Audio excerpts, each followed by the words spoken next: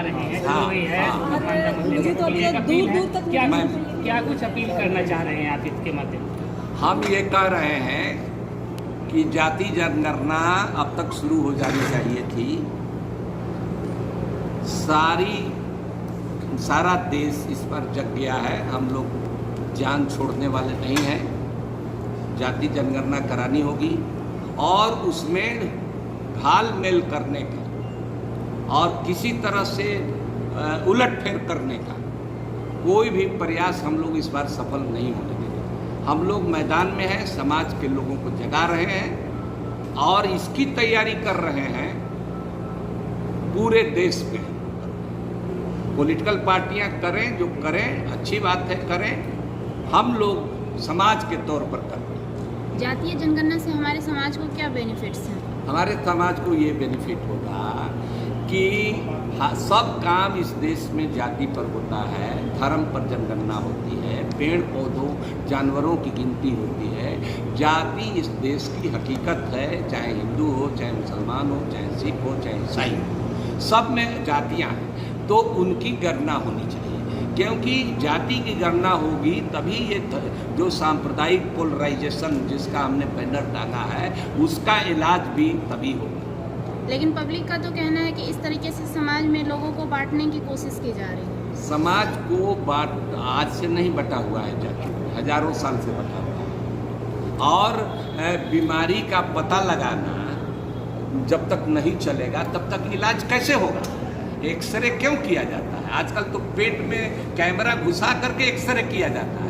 तो हम लोग का समाज विज्ञान का एक्सरे यही ना है कि अगर गरीब हैं तो किस जाति के लोग कितने गरीब हैं, सरकारी नौकरियों में किस जाति के लोग कितने हैं, प्राइवेट सेक्टर में तो बिल्कुल आरक्षण नहीं है कितने हैं, या जो आरक्षण 27% ओबीसी को मिला है और बिहार में अति पिछड़ा और पिछड़ा को मिला है, तो उनको कितना लाभ पहुंचा है, ये सबका भाई देखा जाएगा ना।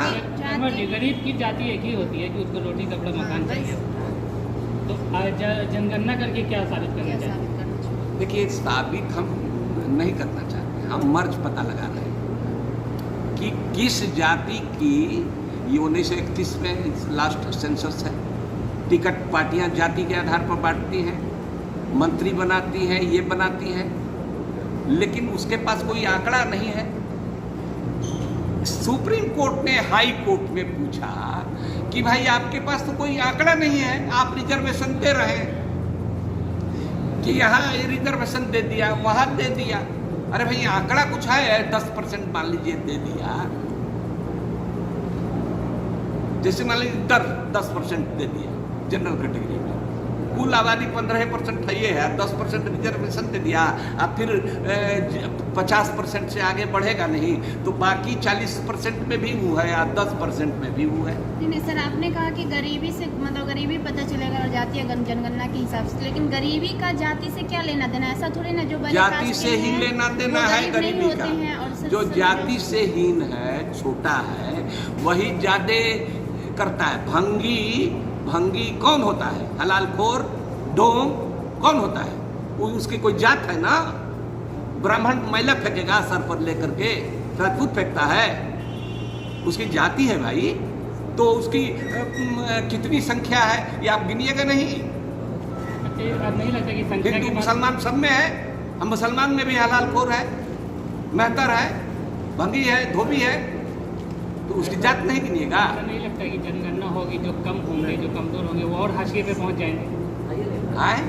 जनगणना के बाद जिनकी भागीदारी कम होगी वो और हाशिए पे अभी पहुंच तक तो नहीं हुई है। 31 के बाद ये कौन सब लोग आगे बढ़ गए? 31 में भी यही कंफ्यूजन था। समझ रहे? कहाँ आगे बढ़ गए, कहाँ आगे बढ़ गए? तो एक बार ये भी करके देखा जाए, दोबारा हो, एक बार ये भी करके देखा जाए। और देखने का इसलिए मतलब कर रहे हैं कि जब जाति की संख्या पता चल जाएगी तब योजनाएं बनाने में हमको एक मिलेगा। देखिए, आरक्षण जो है गरीबी दूर करने का साधन है। आरक्षण है कि सत्ता में, प्रशासन में किसकी कितनी भागीदारी है। गरीबी दूर करने के लिए, सबकी गरीबी, देश की सारी योजनाएं तो गरीबी दूर करने के लिए ही है। आरक्षण तो एक है, समझ रहे हैं ना। लेकिन सारी योजनाओं का क्या हो रहा है ये बताइए तो।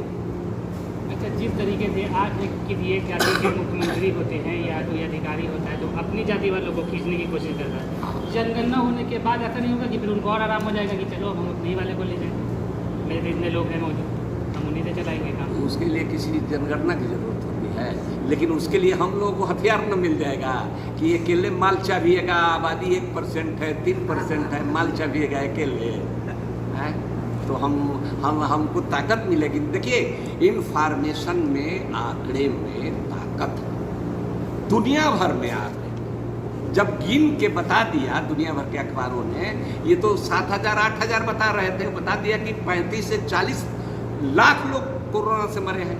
ये बता दिया कि गंगा में इतनी लाशें मिली हैं। ये आंकड़े से न होता है भाई। तो बड़े आप लोग तो दिखा देते हैं, बड़का मीडिया जब सब है तो गोदी मीडिया हो गया है, वो तो खाली दिन रात ये गुणगान करते रहता है मोदी जी का। अच्छा, एक और सवाल ये है कि कल को सूबे की भी बात होगी उस जाति के आधार पे कि जहाँ जाति ज़्यादा है उसी को मान्यता दिया जाए, ऐसा भी मानते क्या तो हो सकता है? न, सूबा जाति पर नहीं बनता है, समझ रहे हैं, रीजन का सवाल है, जाति पर नहीं बनता है। अब ये बात जरूर है कि अभी भी सवाल उठ रहा है कि अगर झारखंड में आदिवासी मुख्यमंत्री नहीं होगा माननीय मोदी जी, तो कहाँ होगा? कश्मीर में मुसलमान मुख्यमंत्री नहीं होगा तो कहाँ होगा? आप उलटफेर कर रहे हैं, इसीलिए यहाँ बना दिया। अगर हरियाणा में आप 1% आबादी वाले को, खट्टर को बना दिए तो लोग खिलाफ नहीं होंगे। आप सब गिनेगा ना कि हमारी आबादी इतनी है, आपको कितनी हिस्सेदारी मिली। कोई पार्टी आरजेडी से भी पूछेगा, कांग्रेस से भी पूछेगा, कम्युनिस्ट पार्टी से भी पूछेगा ना, सब जगह बरामदे रहेंगे नेतृत्व में। अच्छा, और कहाँ जाएंगे इनको लेकर? बिहार आए हैं दिल्ली से आप? देखिए, मधुबनी जा रहे हैं हम लोग, पूरे बिहार में कार्यक्रम बन रहा है। आज ये जो जितने साथी बैठे हैं वो सब साथी इस तरह के काम में पहले से लगे हुए हैं। अब एक मुहिम बना करके हम लोग निकलेंगे, कहीं प्रेस कॉन्फ्रेंस करेंगे, कहीं रैली करेंगे, कहीं मीटिंग करेंगे। हम लोगों का इतना बड़ा समाज है कि सबको जोड़ जाड़ के बैठाना है ना। अच्छा, कन्फ्यूजन की स्थिति है कुछ लोगों में इस बात को लेके, जो कम पढ़े लिखे लोग हैं कि जाति जनगणना होगी तो नुकसान होगा, उनसे क्या अपील करेंगे, कैसे समझाएंगे, क्या कहना चाहेंगे? हम लोगों में पिछड़ों, दलितों में, पसमानदा तबकों में, आदिवासियों में कोई कन्फ्यूजन नहीं। आदिवासी या दलित का तो ऑलरेडी गिनती होता है। उन लोगों को है ये भ्रम फैला रहे हैं जिनकी आबादी है 10-15% और वो 15% पर राज कर रहे हैं, वो भ्रम फैला रहे हैं। तो हम कहते हैं कि भाई आपको हम नहीं चाहते, आपकी भी जनगणना हो जाए, सही स्थिति पता चल जाए। कि होता है ना कि ये चित्तौड़गढ़ है तो ये ब्राह्मण का डोमिनेशन है, कोई कहता है कि ये शेख का डोमिनेशन है, कोई कहता है पठान का है। तो हम लोगों की तो आवाज़ कम है, बेसी होते हुए भी कोई गिनती। आजकल तो पूरे मुसलमान की कहीं गिनती नहीं, विभाग हो गया, विभाग हो गया। आरक्षण मिला है, हाँ, वो तो बिना गिनती के मिला है ना। गिनती कर लीजिए, अब अगर 15% आप लीजिए 15%, क्या दिख रही है?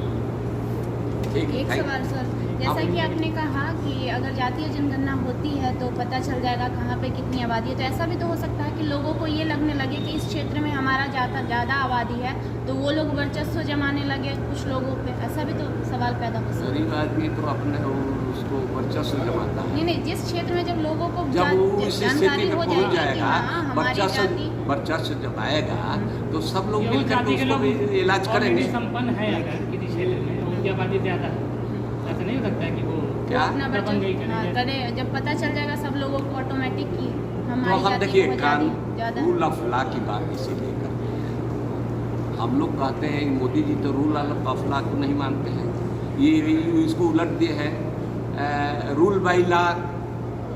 ऐसा कानून बनाओ कि सबको कब्जा में रखें, दोनों में आसमान जमीन का फर्क है। Rule of law, rule by law.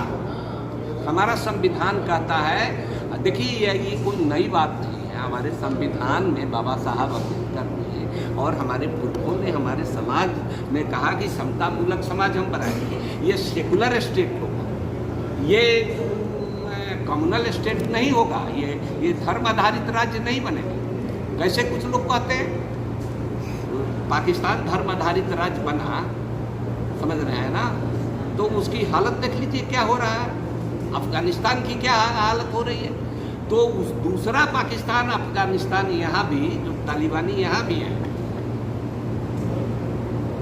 तो ये तालिबानियन है। मॉब लिंचिंग जो करते हैं तालिबानियन है। किसानों पर लाठी मार करके सर फोड़ दिया, ये तालिबानियन एक्ट है ना। गंगा में लाश वही है। आप पार्लियामेंट में आप कह दीजिएगा कि कोई नहीं मरा है बिना ऑक्सीजन के, ये कौन कहेगा? पार्लियामेंट में सर लाठी मार रहे हैं? हैं, पार्लियामेंट में भी लाठी मार रहे हैं, पार्लियामेंट असेंबली मार रहे में हैं देह सर। लाता जूता मने कर रहे हैं, जबरदस्ती कानून पास कर रहे हैं। हमको नहीं लग रहा कि पाकिस्तान और अफगानिस्तान